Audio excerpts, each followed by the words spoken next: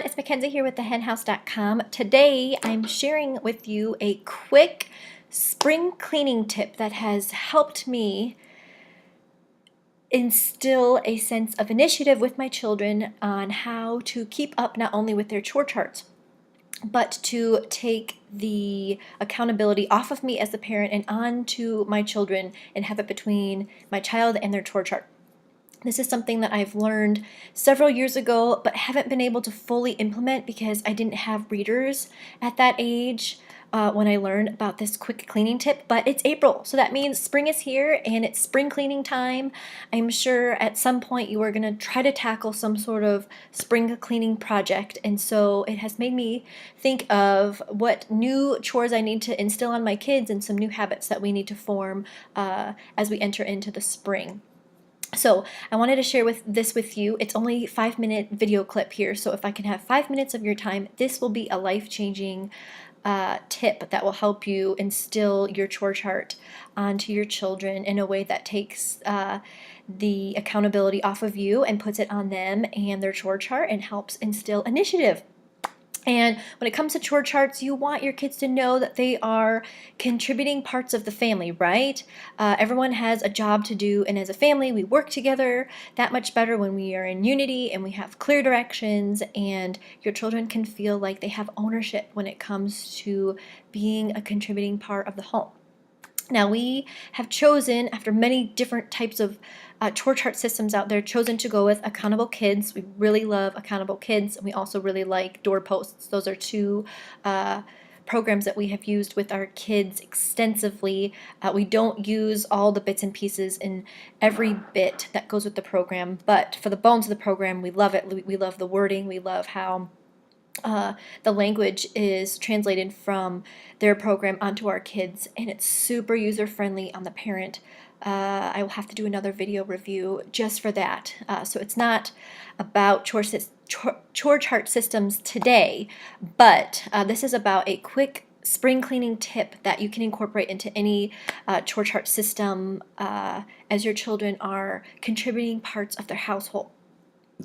We had some major flooding in our house. We've had some major flooding the last several years in our home, and so it's really gotten me on the organization bandwagon for organizing and filing away important documents and papers. And so I found this idea to be important for our family because of all of these things that I realized we didn't have organized. And so we recently discovered the importance of organizing all of our passports, our immunization records, our health information, our health cards, things like that. And so what I did was I took this fancy dancy little binder and I put all of the kids' immunization records in there. I put some of our emergency contact information in here, and I also have a binder just like this for our cleaning chore chart system. Now, I was realizing when I was giving our children a task, whether that was cleaning the bathroom, cleaning their closet, putting their clothes away, doing the laundry, folding the laundry, doing the dishes, our kids had those on their chore charts, but they didn't have a defined expectation as to how to clean that specific task. And so I realized with parents, sometimes we get upset at our kids because, you know, they clean the bathroom, but it may not look like how we want it to be. So we end up getting frustrated, and then we end up cleaning it ourselves, and then we feel like we're in this vicious cycle of wanting our kids to do chore charts, but they're not doing it thoroughly and completely and joyfully and going the extra mile, and so we get frustrated and we feel defeated. Well, with our chore chart system, or any chore chart system, usually you have a word or you have a picture that goes along with what your expectation is on your chore chart. This one is doing the dishes, but really this clip is just about any chore chart.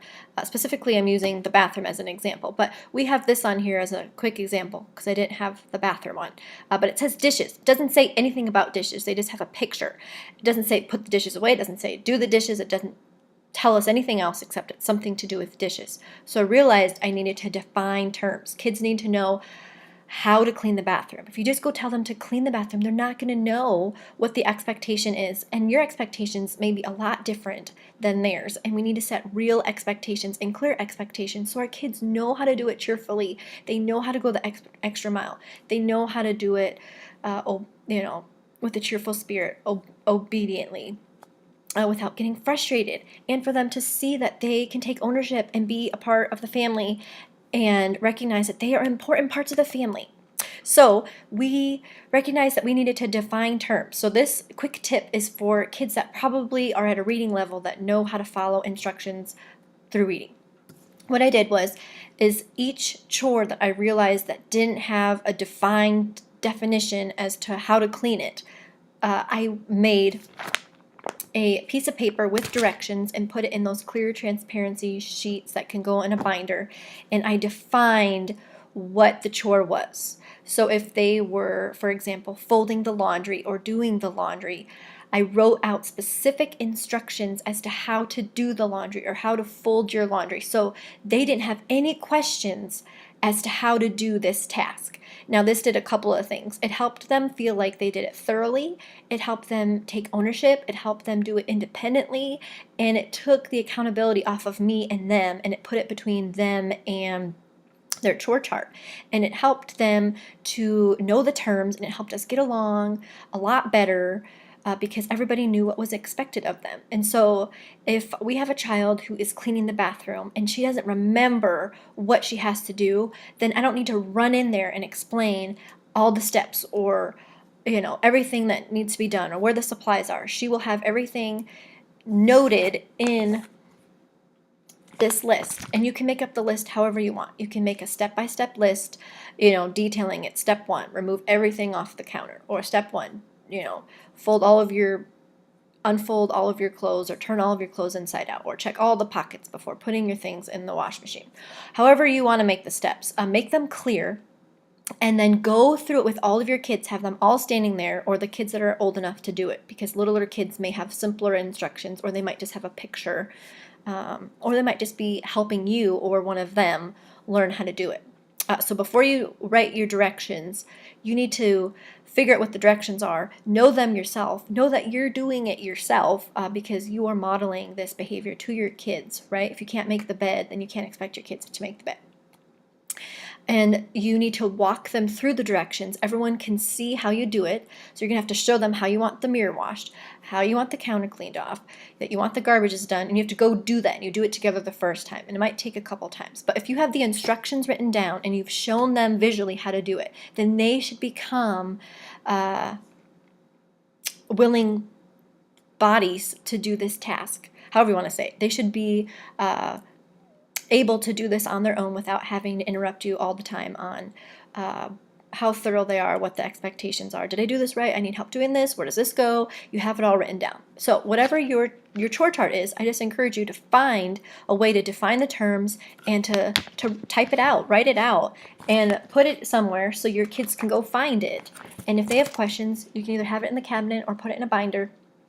And the last thing I was going to say, if you want to put something encouraging down, I wrote down, love you, and then I wrote down an encouraging Bible verse. And this Bible verse for the bathroom was, create in me a clean heart, O God. And if you want to, we have 5 keys to obedience that we use for character first education, and it has the 5 keys to obedience, and sometimes I'll put those on the back so that they can help grow that fruit in their heart as they're learning how to do it cheerfully, right away, thoroughly, not obeying a wrong command, and going the extra mile. Those are the 5 keys. And so sometimes I put those on there too. So that's my quick tip that I've started utilizing, and it's really helped me. It's really helped our kids, and hopefully it will help you too. So good luck as you spring clean in these spring months, as you prepare your hearts for the summer and the fall season. Take care. Bye-bye.